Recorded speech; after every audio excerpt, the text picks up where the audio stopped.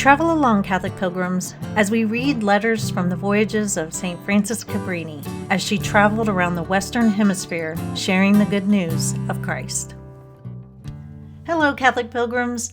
I think you are really going to like today's reading.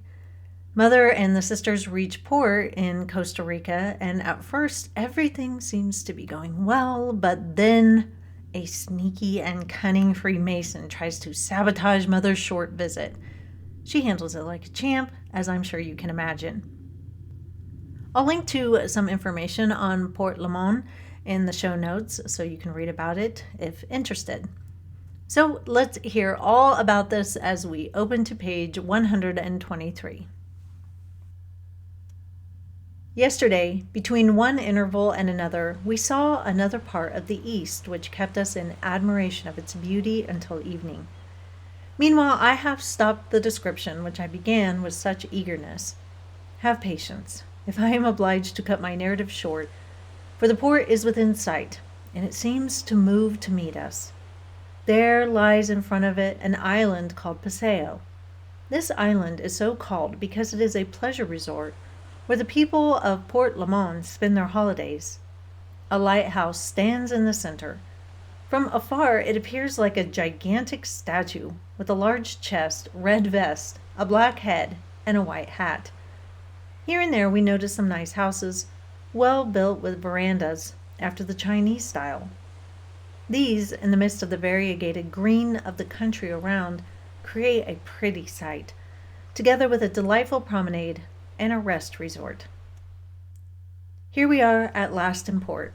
Two tenders approach, one with the doctor and an uncle of the president of Costa Rica, the other with the representative of the government and another gentleman. The first one's to examine everyone and everything, the others to satisfy their curiosity. The doctor looked me up and down from head to foot. As I had not shut myself up in my cabin, but remained in the fresh air on deck, my leprous appearance has disappeared and my skin has been completely renewed, just as fine and as soft as silk, giving me a complexion which I never had before. This caused the doctor to say, "All right, tutto bene." When the visit was over, the captain and other persons came to offer us their services whilst we waited for the steamer, which was to convey us to Colon for Panama. An uncle of the president, Dr. de Castro, suggested that whilst we waited for the steamer, we might as well go to San Jose, the capital of Costa Rica, for 3 reasons. Namely, because Limon was unhealthy; secondly, because he had a sister, very pious and good, who would be very happy to see us; and lastly, because we should thus be spared hotel expenses. It was impossible to refuse such kindness, and so I promised to go after a day's rest. The captain offered us the hospitality of his vessel, but a large quantity of bananas, destined for New Orleans, compelled him to leave Limon the next day. The English representative here, having had a letter from Mr. Fallon recommending us to his care, obtained for us one of the best places in the hotel, and then went to get a free passage for us to San Jose. This was a very agreeable favor, as otherwise it would have cost us 8 pesos each, which according to the exchange would be 80 lira. Mr. de Castro had already given us a letter of recommendation to his sister, and we had already asked the owner of the hotel, who was an excellent Italian, to take care of our luggage and to wake us at 4:30 a.m., as the train would leave at 6 a.m., when suddenly a representative of the governor appeared and told us he had received orders from the government to prevent our entering the interior of the country, the government having passed a bill which forbade the entrance of Jesuits and sisters bearing the title of the Sacred Heart. I laughed heartily at the idea. I asked to see the governor, whose residence is quite near the hotel. We went, and he received us with the greatest kindness, telling us how to get the order withdrawn. I told him I would make no effort whatsoever, as I had no need of visiting the country, but that I was very sorry, or rather regretted that a country that boasted of so much progress had such retrograde laws.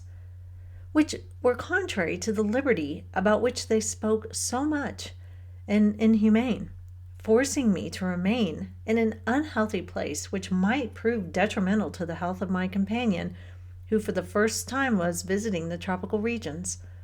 The governor was greatly impressed, and that evening, when the leaders of the place came together, they all spoke and discussed the affair whilst we remained quiet and contented, looking forward to receive Holy Communion the following morning, which was Friday, and the last day of the month of Mary. Who had caused all this commotion?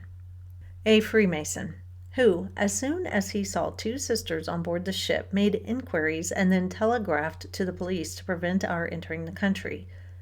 Today, everyone is looking down upon him for acting so inhumanely towards two ladies. The more sensible minds are doing all they can to obtain a permit for us to visit any part of the Republic we wish, so as to not let us leave the country with such an unfavorable impression. I told them it would now be useless, as we were leaving for our destination soon. Here, however, we were able to perform our little devotions, even closing the month of May in a small country church, which is kept very nicely by the parish priest, who is a member of the mission of St. Vincent de Paul. The only church-goers are the converted Negroes from Jamaica. The natives go to church but very seldom, and some never, it being a tradition of the last century that church-going is not good for those who claim, as they do, to be adelantados cada dia, i.e., making daily progress. What a pity! What a misfortune that they should have departed from the good spirit, the characteristic spirit of the Spanish race. And all this has been brought about by the terrible Masonic influence which moves and dominates everything and everybody more and more in these countries. The devil has placed his throne very comfortably there, and extends his net in thick darkness, as seen once by St. Anthony, and he really catches a great many fish without much trouble, because to these poor things the word progress is like a siren, which allures them and offers them the hidden poison which leads them backward instead of forwards. Rascally Freemason! You didn't win the day. But that'll be all for today, Catholic Pilgrims. I will see you back here tomorrow, where we will get some more interesting details about the culture and people of Central America. But until then, live the faith boldly and travel well.